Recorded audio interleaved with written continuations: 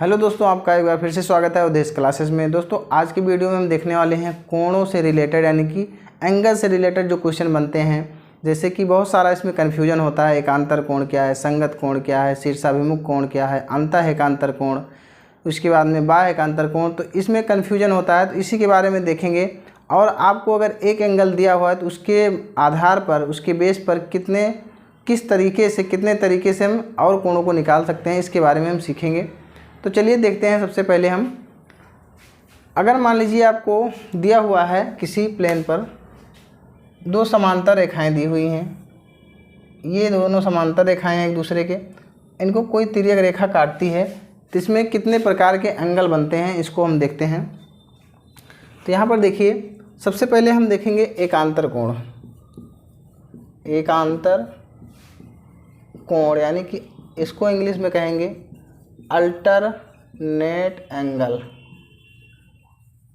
तो alternate angle सबसे पहले देखेंगे। तो अल्टरनेट एंगल दो प्रकार के होते हैं, एक होता है बाह्य एकांतर कोण, एक अंतः एकांतर। बाह्य को कहते हैं एक्सटर्नल अल्टरनेट एंगल और अंतः कोण को कहते हैं इंटरनल अल्टरनेट एंगल। तो यहाँ पर अंतः एकांतर कोण अगर देखते हैं तो यहाँ पर ये जो एंगल होगा ये इसके एकांतर होगा, ये एक दूसरे के एकांतर कोण होगा। अगर यहाँ पर आपको दिया हुआ है एंगल, मान लीजिए यहाँ पर अगर आपको दे देता है 120 अगर दिया है तो ये भी 120 होगा, क्योंकि एकांतर कोण एक दूसरे के बराबर होते हैं। इसी तरह इसका एकांतर ये वाला हो जाएगा, ये इसके एकांतर कोण होगा। अगर यहाँ पर आपको ये 60 दिया हुआ है, मान लीजिए ये आपको 60 दिया हुआ है, तो ये भी 60 हो जाएगा, क्योंकि एकांतर कोण एक दूसरे के बराबर होते हैं। इसी तरह से अगर ये अंतः एकांतर कोण हो गया। अगर बाह्य की बात करते हैं तो यहाँ पर इस एंगल का एकांतर कोण ये वाला एंगल होगा यहाँ पर। अगर ये आपको दे दिया है 120 डिग्री दिया है तो ये भी 120 हो जाएगा। इसी तरह इसका अगर देखें, इसका एकांतर कोण तो ये वाला हो जाएगा। अगर ये आपको 60 दिया हुआ है तो ये भी 60 डिग्री हो जाएगा। एकांतर कोण एक दूसरे के बराबर होते हैं। अब इसमें यही देखना है कि कौन किसके एकांतर होता है। तो यहाँ पर इसका एकांतर, जैसे तिर्यक रेखा खींची हुई है तो इसके एक तरफ जो होगा अंदर वाला और तिर्यक रेखा के दूसरी तरफ अंदर वाला एक दूसरे के एकांतर होता है। इसी तरह ये वाला इसके एकांतर होगा। अब बाह्य एकांतर की बात करें तो तिर्यक रेखा के एक तरफ और तिर्यक रेखा के दूसरी तरफ ये वाला हो गया। ठीक है, तो एकांतर कोण हमने देख लिया। अब इसके बाद हम देखते हैं संगत कोण। अगर हम संगत कोण की बात करें यहाँ पर, तो यहाँ पर अगर ये तिर्यक रेखा आपको इसको काटती है समांतर रेखा को, तो यहाँ पर अगर संगत कोण की बात करें तो यहाँ पर ये कोण इसके संगत होगा। और इसके बाद अगर बात करें तो ये कोण इसके संगत होगा। अगर यहाँ पर ये आपको 60 डिग्री दिया है तो ये भी 60 डिग्री होगा। अगर ये आपको 120 डिग्री दिया हुआ है तो ये भी 120 डिग्री होगा, क्योंकि संगत कोण एक दूसरे के बराबर होते हैं। अगर यहाँ पर देखते हैं तो इसका संगत कोण ये वाला कोण हो जाएगा। अगर यहाँ पर ये 60 दिया हुआ है तो ये भी 60 हो जाएगा। इसी तरह इसका संगत कोण ये वाला एंगल हो जाएगा। अगर ये आपको दिया हुआ है 120 डिग्री तो ये भी 120 डिग्री हो जाएगा। तो यहाँ पर संगत कोण हो गया। संगत कोण को कहते हैं करस्पॉन्डिंग एंगल। करस्पॉन्डिंग एंगल, तो ये संगत कोण हो गया। तो संगत कोण एक दूसरे के बराबर होते हैं। इसका संगत हो गया ये वाला एंगल, इसके बाद इसका संगत ये वाला हो गया, इसका संगत ये वाला एंगल हो गया, और इसका संगत 120 का ये वाला 120 हो गया। इसी तरह से अगर हम बात करते हैं आपको शीर्षाभिमुख कोण की, शीर्षाभिमुख कोण, इसे इंग्लिश में कहते हैं वर्टिकली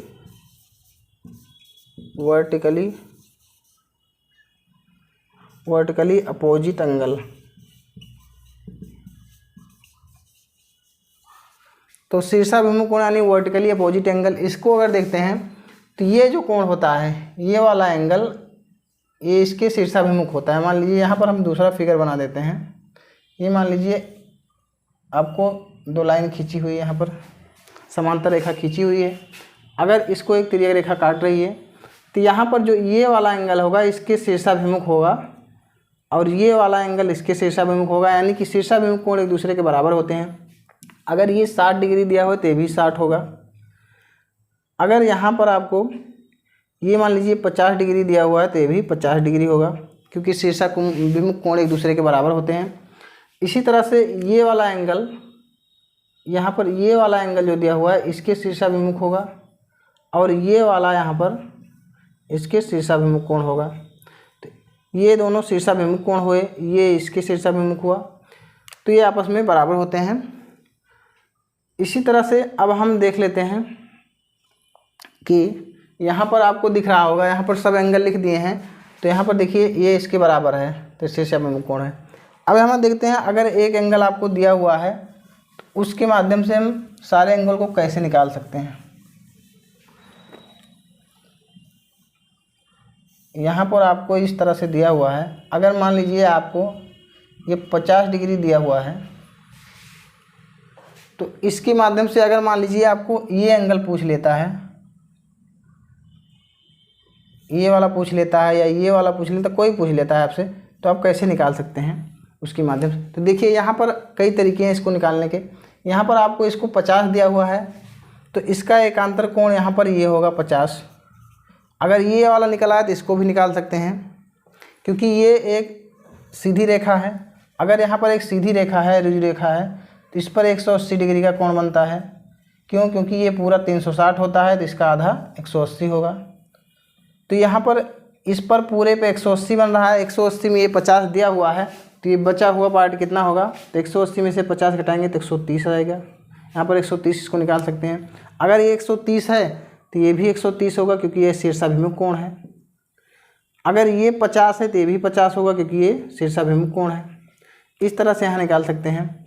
अगर आपको यहाँ पर इस तरह से नहीं निकालना है तब भी निकाल सकते हैं। यहाँ पर ये 50 दिया हो तो ये भी 50 होगा, क्योंकि इसका शीर्षाभिमुख है। और ये 50 दिया हुआ है तो ये वाला एंगल भी निकाल सकते हैं, क्योंकि ये कोण इसके एकांतर है। तो ये 50 है तो ये भी 50 हो जाएगा, एकांतर कोण बराबर होते हैं। अब यहाँ पर ये भी निकल आएगा, क्योंकि इसका शीर्षाभिमुख एक कोण है तो ये 50 हो जाएगा, ये भी 50 हो जाएगा।